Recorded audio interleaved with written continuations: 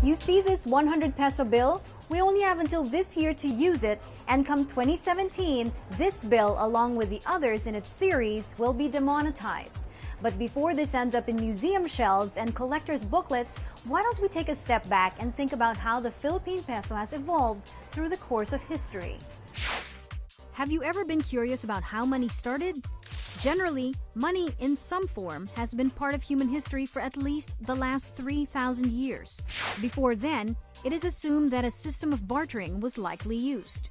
In 600 BC, Lydia's king came up with the first official currency in the form of coins made of silver and gold, with pictures stamped into them to distinguish denominations.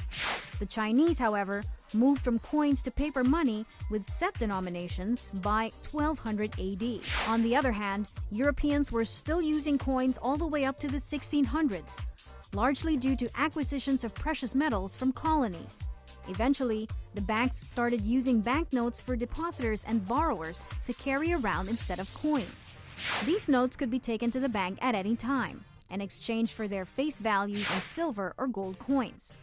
This paper money could be used to buy goods and operate much like currency today, but it was issued by banks and private institutions, not the government, which is now responsible for issuing currency in most countries. The Philippines was largely into barter, trading gold, pearls, and shells for China's porcelain and silk. Then, of course, Spanish influence was present in our coinage as well, as they introduced irregularly shaped cobs called makukinas. And then, different coins started finding their way into the country during the galleon trade that saw the Philippines do business with Mexico and other Spanish colonies in Central and South America. But when Mexico decided to emancipate itself from Spain in the 1800s, Spain was afraid we'd do the same, so they would counterstamp our coins until we finally developed our own. The barilla, which we now call barya, was born in 1828. As for paper money, we were authorized by Spain to print out our own money, which was called the peso fuerte, or strong peso in English. 10 years later, the first mint was established in the country, and the rest is history. Yet the Philippines was not alone in using the peso, as other countries in Latin America had the same idea. When the Americans came in 1903, they established the standard in terms of symbols, which is the P with 2 strike-throughs in the middle, and in terms of value, which at that time was 2 pesos to $1. But what dictates value?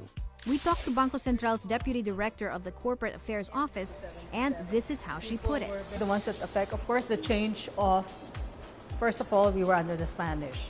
Then we became under we were under the Americans. And you can see also the changes in the design of the money.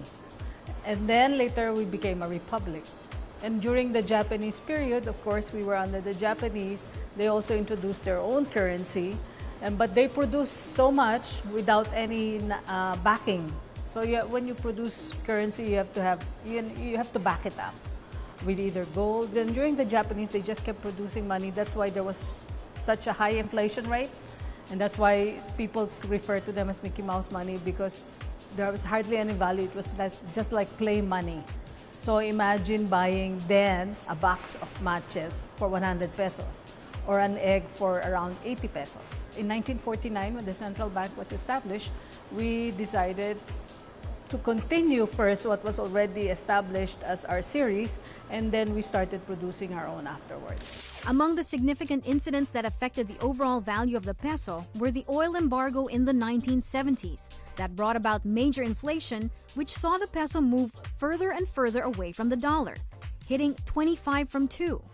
And the economic crisis in the 1990s that saw the peso climb to as much as 50 to the dollar. As for how our notes have evolved in terms of design, we've seen Spanish royalty to American presidents grace our currency in the past. But the Philippine peso quite rightly took a more patriotic turn in the late 1960s, when they started featuring our local heroes and landscapes. Presently, our notes depict everything exemplary about the Philippines, highlighting the ideals that we always strive to attain. The design is usually what we want to feature.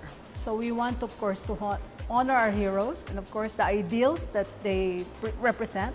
So that's why their money. And then right now, the new series that we have that was introduced in 2010, we try and introduce, of course, the different things that are unique to the Philippines or outstanding. Like in the 20 pesos, we have the civet, you know, the one that's the coffee. And then, of course, we have Maliputo. We also have the blue nape parrot and South Sea pearls in the 1,000. While design very well speaks of our history, the added security features pumped into the newer peso notes that are still made of cotton and abaca tells us that we are still faced by challenging times on the safety front, as counterfeiters are ever prevalent. According to Cruz, it is best to change notes every 7 to 8 years, as counterfeiters often catch up to the technology and find ways to create great copies. And seeing that our notes before this newer round were last changed in 1986, it was high time for some fresh notes. Although the older designs are going to be demonetized and out of circulation really soon, and many are trooping to the banks to change them to the latest notes, there's a certain invaluable quality to keeping some of these old notes. Once you take out the old design that we have circulating right now, of course that becomes harder to get. So then it will increase in value. For one thing, it shows our history. And then it shows also the ideals of the nation. So it actually, how would you say it? It actually records our history through money, and then how we view ourselves as a nation, and how we view our culture also. While changing the design of the Philippine peso is pragmatic in nature, isn't it a nice reflection of our country's status in history?